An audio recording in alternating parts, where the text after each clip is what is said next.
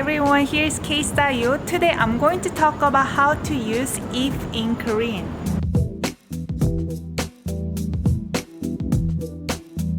Welcome back. My name is Inyoung. I post videos about Korean language and culture every single week. If that interests you, make sure to subscribe and hit the notification bell. So today I'm going to talk about how to use if in Korean. First of all, if is 면 after the verb root that ends with a vowel, or 으면 after the verb root that ends with a consonant. So that means that when you use if in Korean, you don't need to conjugate the verb. So look at the verb root, which means when you look at dictionary form of verbs and remove da.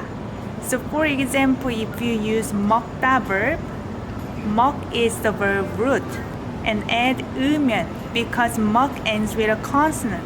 먹으면 배불러요. If I eat, I'm full. In this case, I didn't add I in this if clause just because I'm talking about myself, so that is omitted. If I do want to include subject, in this case, I'm gonna add 저는 because I'm speaking in a polite way. 저는 먹으면 배불러요. If I eat, I'm full. Another example, if I use 자다 verb, this is to sleep. This verb root 자 ends with a vowel. 자면 기분이 좋아요. 자면 if I sleep, 기분이 mood 좋아요. It's good. 자면 기분이 좋아요. If I sleep, mood is good. The last example, 한국에 가면 한국 친구 사귈 수 있어요. If I go to Korea, 한국에 is Korea to location particle. 가 is the verb to go. That ends with a vowel, so I'm going to add 면.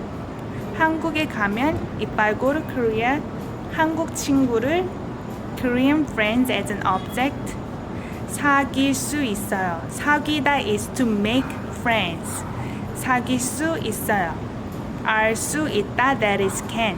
If you want to find out more about how to use can, you can click the I button and watch the video afterwards.